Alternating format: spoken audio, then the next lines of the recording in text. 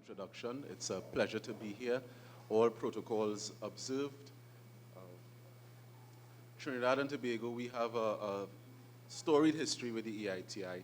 When the initiatives first got off the ground in 2003, Trinidad and Tobago, we were one of the first pilot countries in that group. However, we didn't start the initiative in full swing until 2011. So I'm going to give you some of the lessons that we have learned in our EITI, during our EITI journey, and hopefully that when Suriname comes on board, you can improve on what we have done.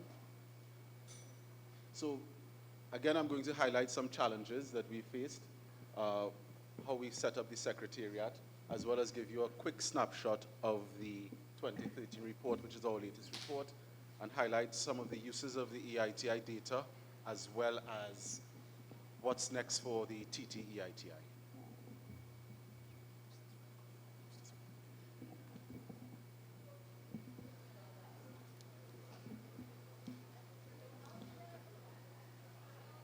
Okay, good. So we are part of this global family. We have 31 compliant countries. Trinidad became compliant in 2015 after attaining candidate country status in 2011. But between those periods, that 4-year period, there's been a series of challenges that we faced. I will highlight some of the major challenges a country could face and then go into some of the challenges Trinidad and Tobago faced.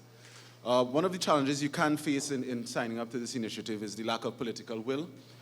You need commitment by the powers that be, the government, over a sustained period of time. This initiative has to have there's no lifeline to it. There's no, once you sign up, you should continue supporting the initiative for its entirety. Lack of interest among one or more of your MSG representatives is an issue that some countries have raised as well in terms of challenges. Weak civil society representation. The data is really for civil society to analyze and help strengthen their demands for sustainable development. If you have weak civil society representation, you're standing on one leg. Private companies in countries may have a resistance to transparency. They may prefer to work in the shadows. Again, it's a voluntary initiative in many countries. It's not codified in law. So this allows for non-participation. Again, communicating the EITI benefits, there's a lot of technical data in the reports, and how you communicate that is also a challenge that countries can face. In the Trinidad and Tobago perspective, the legal barriers that we faced was a significant hurdle. We had our Income Tax Act, it forbids the Board of Inland Revenue, who's our tax agency, from releasing any information on tax payments to a third party. Of course, for the EITI to work, tax information must be released to a third party, which is your independent administrator.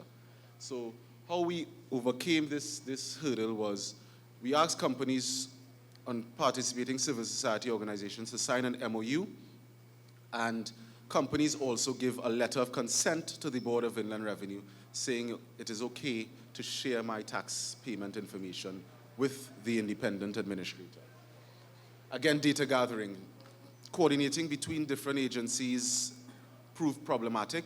The Ministry of Energy will house certain data, whether it's royalty payments. The Board of Inland Revenue will house some data, and then the Ministry of Finance, their investments division, will house some data.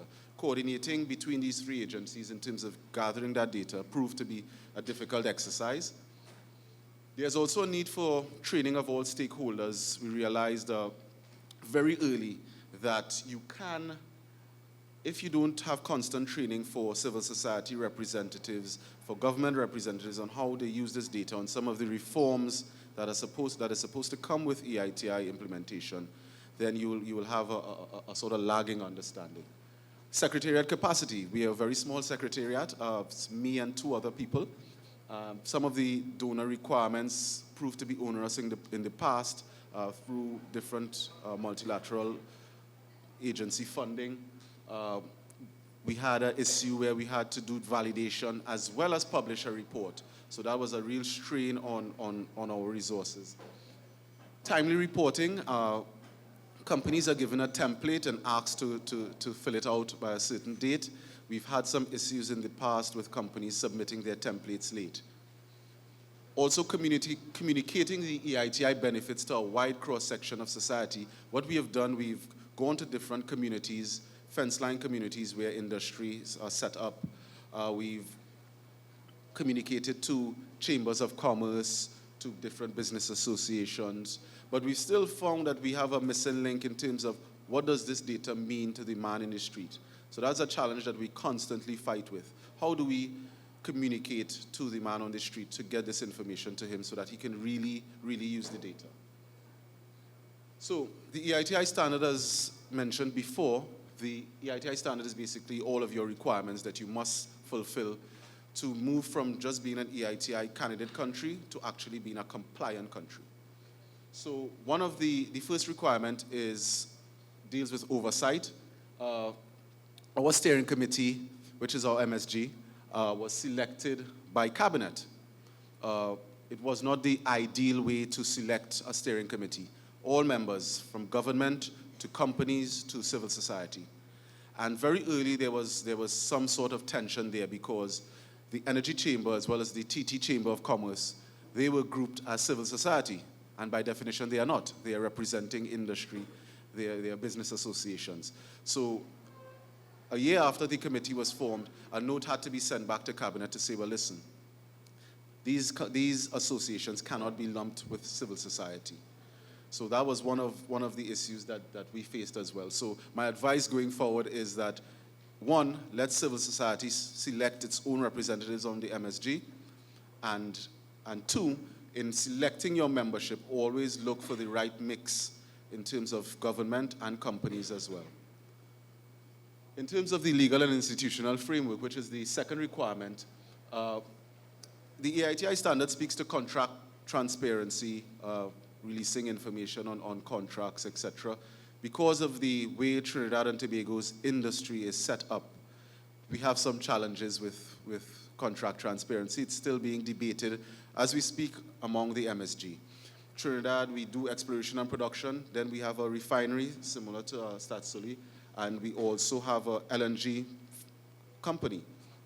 So we have one link where you do the exploration and production, then it's processed and refined, and then it's also sold to downstream petrochemical companies. So there's a feeling that if you release details of the contract on one end, it may weaken the government's hand in negotiating with companies on the downstream side. So that is one of the reasons why there's no set consensus, because our national gas company is basically the middleman that buys the gas from a company like, say, BP, and then sells it downstream to a methanol producer like Methanex. So if you have contract transparency on one end, it may weaken the NGC's hand, and that's a state company that provides billions of dollars in dividend payments to the government. So those are some of the issues we face with contract transparency. Beneficial ownership disclosure is a key issue. Only recently, last year, we came up with a definition of beneficial owners. When you speak of beneficial owner, it's just a long-winded way of saying, if Annette and Sherwin are the shareholders in a company, we are the stakeholders, we have the equity in the company, then we are the beneficial owners, and we should be listed and named as such, right? Also, you have to disclose who's a politically exposed person. So when I get back to Trinidad, hopefully we have one more company that is supposed to submit its beneficial ownership template to us, and then we'll have the first beneficial ownership registry in the country, which would send a signal to the country as well. In other countries like the UK, once you register a company, you have to list the beneficial owners. So this is something that's really important part of the process that over time, over the 4 years, we've now settled on this issue.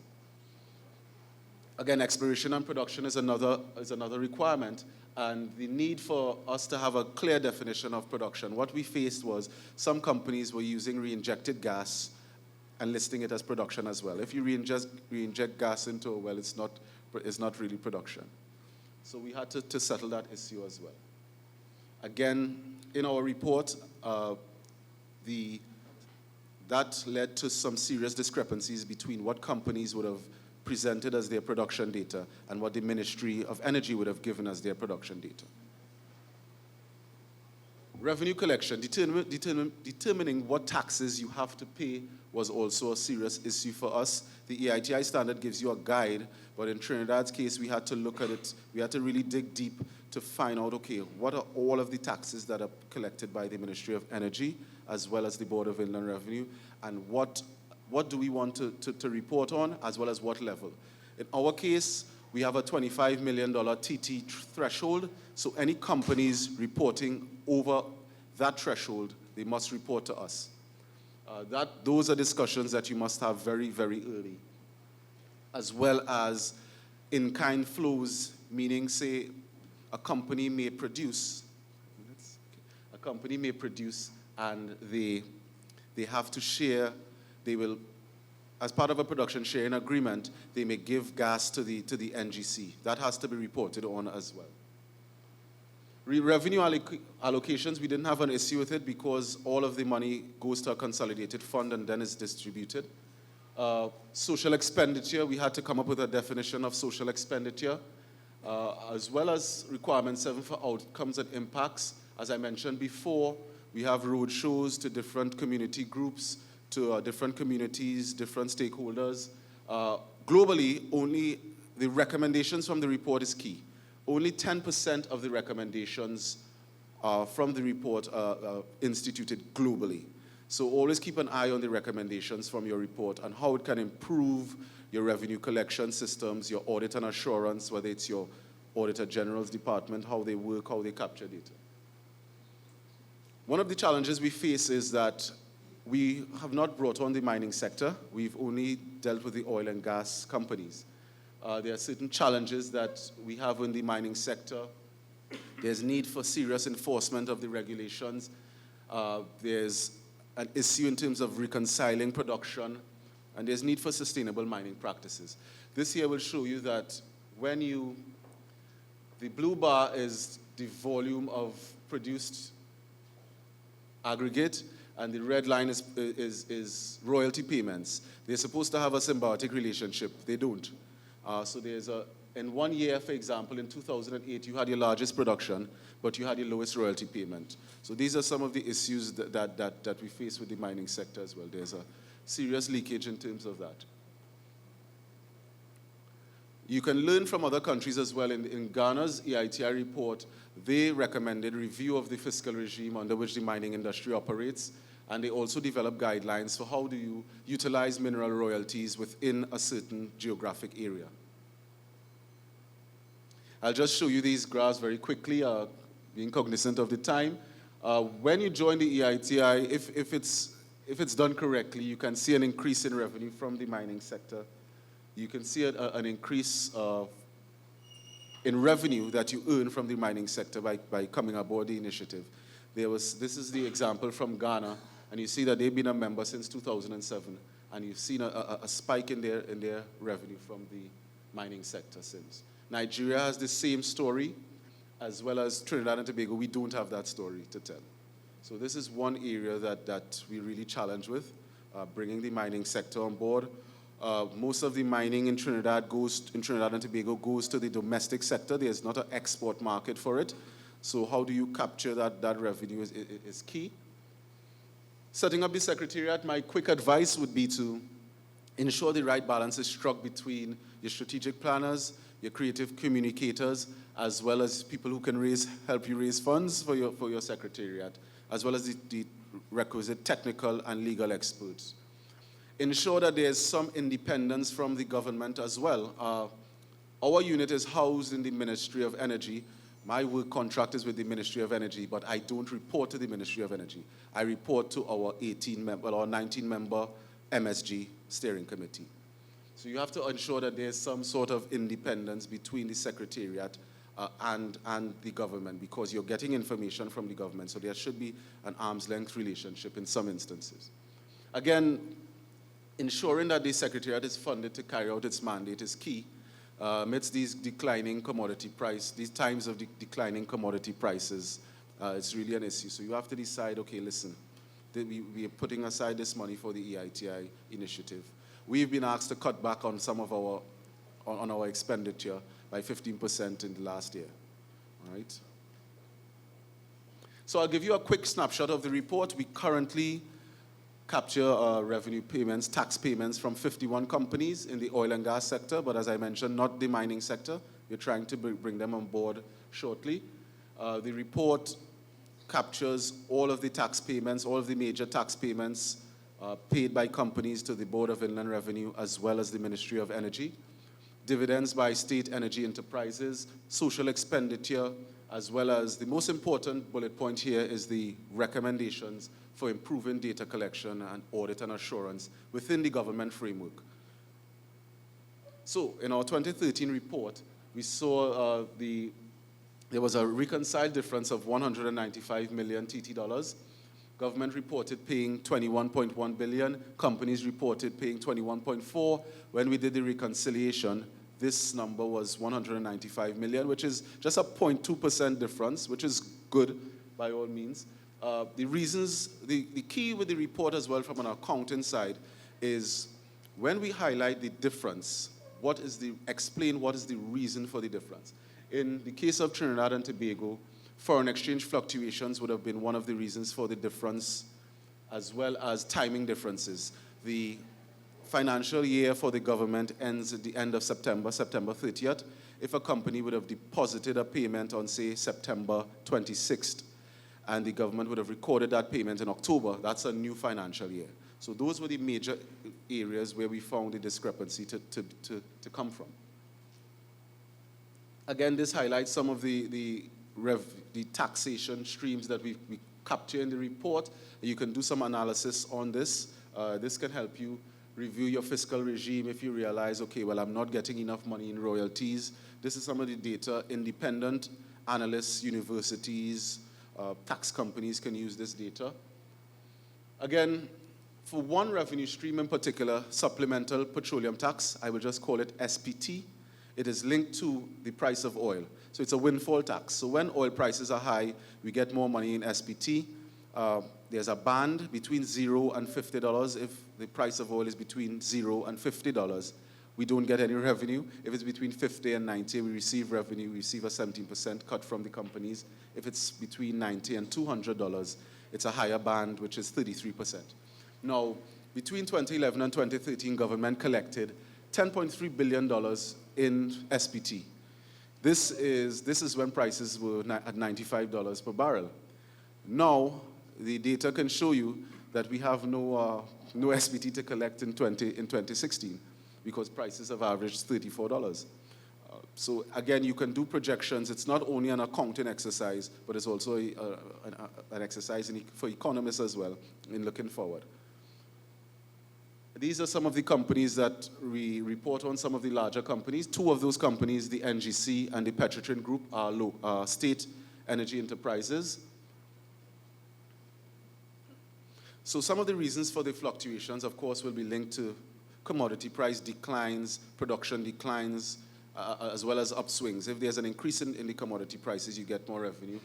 If there's a decrease, you get less. Also, the fiscal regime policy tells a story about having the right type of incentives to increase production, as well as terms and conditions of the contract. Those are other reasons for fluctuations, where a company may be able to write off some of its capital investment allowances for this particular year, and you wouldn't be taxed as heavily in that particular year. Again, sorry, this shows the dividends paid by the NGC. Rose astronomically. It's 4.5 billion in 2014. Petrotrin doesn't pay, as well as NP. So this information has been used by commentators in public forums saying, well, listen, why doesn't Petrotrin pay any dividends to the government? So, again, social payments are companies operating in your region. Our report highlights how much they spend in social expenditure, as well as infrastructure payments to the community, whether they upgrade roads, etc. And all of this is listed in the appendices. So you can look at a company, say you can look at BP, and you could look in the appendices of our report and see BP would have spent $500,000 on refurbishing roads in Mayaro. It's actually listed. Okay. So the recommendations from the report is key. Again, our report showed that the Auditor General Department, they don't audit under international accounting standards. And they're also not given access to Board of Inland Revenue tax data because of the laws. So the Auditor General cannot assess the accuracy of the royalty and share of profits that the country earns. Again, this is a serious issue. The Auditor General, because of this recommendation, this is the only place you would have received a recommendation like this. Because of this recommendation, the Auditor General is now doing some training to improve how they account, they practice their accounting principles under international standards. So there is some room for the reform, actually, a reform coming from the recommendations. Again, the government must promote legislative change. We are going to have EITI-specific legislation. I don't like to predict when legislation is going to come into being. I don't like to predict that, but it's currently before the Minister of Energy, and it should go to Cabinet shortly. Again, the Ministry of Energy in Trinidad doesn't have a computerized record-keeping system. And these are some of the recommendations from the report. This is the key to the report. How do you improve audit and assurance within the government? How do you improve data collection as well? So again, some of the uses of the data, again, the reforms, it's supposed to drive reforms within the government framework, whether it's through the Auditor General's Department, the Ministry of Finance, the Ministry of Energy. Again, it provides civil society with data. If I am a civil society group working within a region, I can see what a company that works in my area pays to the government in taxes, and I can ask questions. Where are my health facilities? Why are my roads not in a proper state? Again, trade unions have also used our EITI report. When you negotiate for trade union agreements, you normally go to a backdated period. So our report is looking back to 2013 and from 2011 to 2013. So they also use it to decide, okay, how do we negotiate with a state enterprise, Petrotrin? They have paid the government $4.5 billion in taxes during this period that I'm negotiating for. How can it work for me?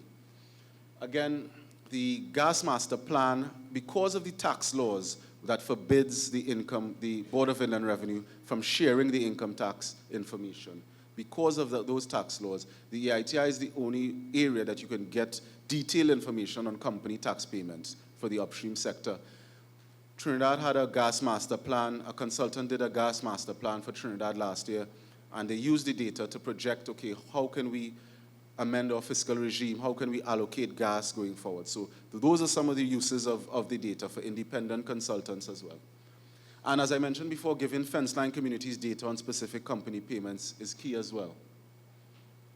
So what's next for us in Trinidad and Tobago? We plan to report on both the 2014 and 2015 fiscal years in our next report to make the information a little more current. We also have a new standard to abide by that requires you to disclose beneficial owners. I think we are a bit in line with that requirement already. And the contract transparency issue, we still have to discuss it as an MSG and find some closure on it. I mentioned before that we have a draft legislation that is now being reviewed by the Minister of Energy that makes EITI mandatory. We'll do some public consultation on that bill as well once once it goes through Cabinet. We're going to publish our beneficial ownership registry, and we plan to include the midstream and the downstream. We're having a very heated discussion with them right now. If we only capture data from the exploration and production side, we have, again, refinery and LNG, we have petrochemical plants.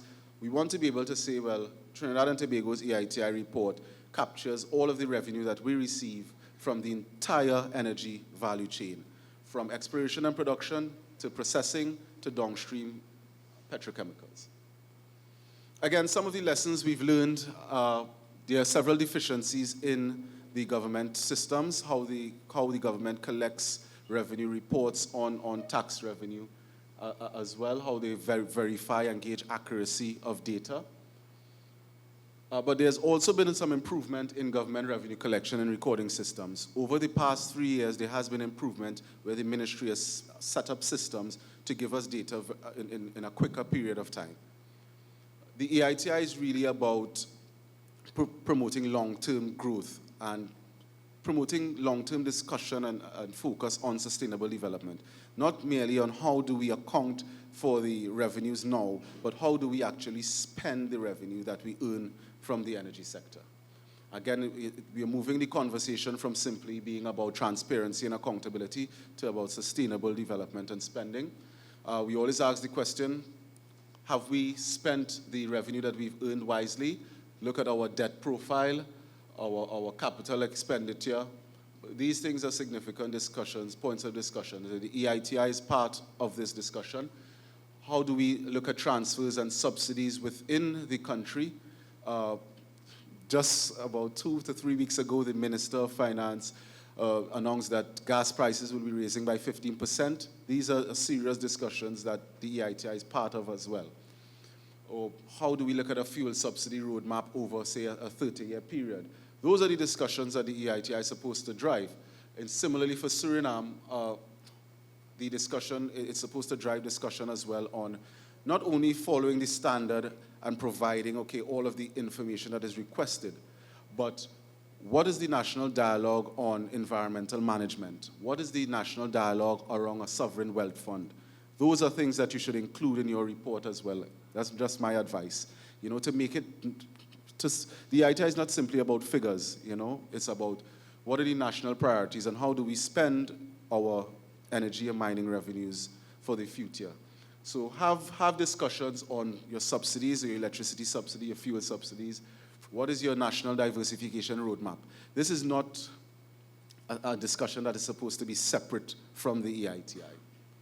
Right? Again, in Trinidad and Tobago, the EITI is the only initiative, and I can say this without fear of contradiction, that you can have this diverse group of representatives representing companies, civil society, and government sitting at the same table and actually agreeing on a way forward. It doesn't happen regularly in Trinidad and Tobago. There's normally conflict between the parties, and while we still do have conflict on our board, there has to be agreement on a way forward. And I think that is a good signal. So in closing, I want to say I look forward to Suriname joining the EITI family, and don't repeat some of the mistakes that we have made in Trinidad and Tobago, and as well as good luck with the initiative. Thank you.